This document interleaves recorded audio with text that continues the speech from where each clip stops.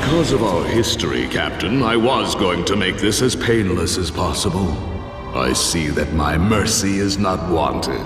So far, the MCU has only hinted at vampires, with references popping up in Werewolf by Night and now in Agatha All Along. While we don't have the full picture of how vampires exist in the MCU yet, it's clear they're part of the supernatural side of things. For now, these mentions have been limited to smaller projects, but once Blade finally drops, the MCU will need to lay it all out, especially if they're going to give us a true classic Dracula. There's even a chance Dracula could show up in Agatha All Along Season 2 before his big screen debut in Blade. Maybe that's why the Blade movie keeps getting delayed. Who knows? Anyway, here's everything we've got so far on Dracula's introduction to the MCU, so let's dive in. Marvel has only teased vampires so far, with mentions in Werewolf by Night and Agatha All Along. These references suggest that vampires are a part of the MCU's supernatural landscape. Now, with Blade on the horizon, the MCU needs to clarify how these creatures fit into the larger story. Agatha All Along Season 2 could be the perfect setting to introduce Dracula. The show's exploration of magic and supernatural forces would be a natural fit for a character like Dracula. We could see hints of his hidden vampire kingdom or his deals with dark entities like Mephisto or Nightmare. This would lay the groundwork for his role in Blade, establishing him as a key player in the mystical underworld before he meets his fate in the movie. The Agatha series could also explore the dynamics between vampires and other supernatural beings.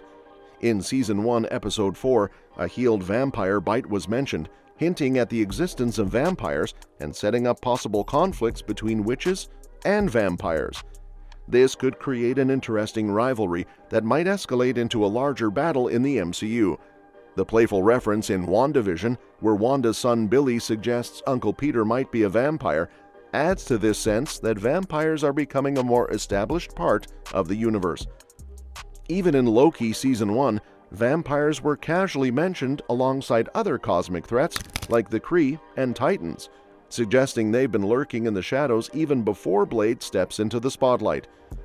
The appearance of Mahershala Ali's Blade in Eternals confirms that he's already active, operating in the background as a vampire hunter. This hints that the MCU's vampires have been around for a while and Blade will bring them into focus.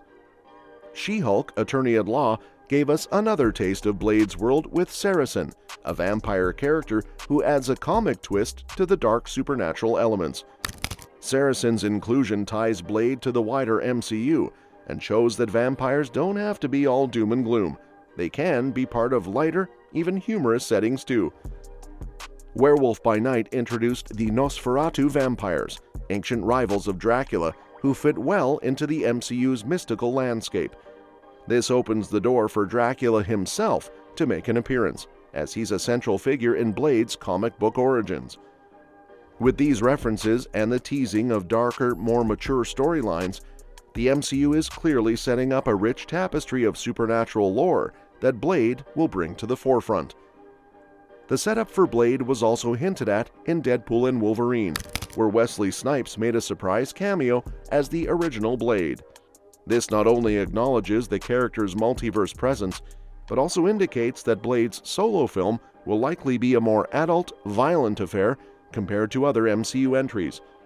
The dark, mature tone of Blade seems poised to make a significant impact, showing that the MCU is ready to embrace more mature, horror-oriented storytelling. With all these pieces in place, Blade could potentially tie together the supernatural elements that have been hinted at across multiple projects, solidifying vampires as a major player in the MCU. It's an exciting time for Marvel fans who are getting glimpses of the dark, magical side of the universe and anticipating how it will all come together in Blade. The MCU still needs to establish clear rules for how vampires operate within the Marvel Cinematic Universe. Each story that features vampires typically brings some variations to the lore, whether it's their ability to walk in sunlight, their vulnerability to magic, or whether they can survive on alternative blood sources. Since vampires are a relatively new addition to the MCU, there's plenty of room for Marvel to define these elements as they see fit. However, given the high popularity of vampires across various stories, there are certain expectations associated with the term vampire. Marvel has an opportunity to introduce details about these creatures before Blade arrives, but a lot of the groundwork is likely to be laid out in the upcoming film. Blade is intrinsically linked to vampires, given that he's a half-vampire himself. Therefore, it's crucial that the movie clearly establishes where vampires fit into the larger MCU, how they've managed to remain hidden until now, and how they survive in this universe. Blade will likely be the one to shed light on these aspects, bringing the MCU's vampire lore into sharper focus and potentially setting the stage for future explorations across other projects. The big question now is how Marvel plans to introduce vampires into the MCU. There are a couple of theories. One idea suggests that vampires could emerge due to mystical chaos left by Doctor Strange in the Multiverse of Madness, with people transforming all over the place. But that doesn't quite explain how Blade becomes a daywalker. A more fitting approach could be that vampires have been hiding in the shadows all along. There's already a subtle nod to this in Thor Ragnarok, when Korg mentions needing a three-pronged spear if you're fighting off three vampires huddled together. This could be a cheeky way to suggest that vampires have been around in the MCU for some time. If they've been lurking in the shadows, it raises questions about what they've been up to. Marvel Comics offers a potential answer with a storyline from 2010's Death of Dracula one-shot by Victor Gischler and Giuseppe Camuncoli. In the comics, Dracula isn't just a spooky myth, but a real historical figure. Bram Stoker's novel is a dramatized version of real events. After being fatally wounded in battle, Dracula was turned into a vampire and became the leader of his kind. At first, he waged an open war against humanity, but realizing the odds were against him, he retreated into the shadows, letting humans believe vampires were just myths.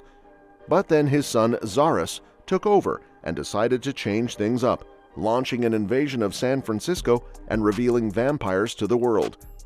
If Marvel takes inspiration from this storyline, it could explain why vampires stayed hidden for so long, and how Dracula's death triggers a power shift leading to Blade's story. Maybe Blade was already out there in the shadows, hunting vampires that even Nick Fury and S.H.I.E.L.D. don't know about. But if a rebellion stirs, vampires breaking away from the old order, it could drag Blade into the spotlight, making him a key player among the heroes and villains. This change could tie into the events of Infinity War and Endgame, with the Snap and Hulk Snap, creating chaos that destabilizes vampire clans and forces them to rethink their ways. Adapting the Death of Dracula comic would fit the MCU perfectly, explaining why vampires stayed hidden and how a power struggle could set the stage for Blade's story. Introducing Blade and vampires might seem challenging, but it's totally doable, especially with a solid comic book foundation. And let's not forget that casting Dracula in the MCU is a big deal, given his iconic status and his role in Marvel's supernatural lore. Keanu is a natural fit for a role like Dracula. His performance in Constantine showed he can play a dark, brooding anti-hero with a touch of mysticism. Plus, his roles in The Matrix and John Wick have proven he can command a screen with his presence and action skills. Keanu's cool, understated charisma would make Dracula both menacing and captivating, exactly what the Lord of Vampires needs. He also has that timeless quality that works well for an immortal being like Dracula. And let's be real, everyone loves Keanu. Casting him would definitely generate excitement. And that's that for today's video. Thanks for watching, and we'll see you in the next one.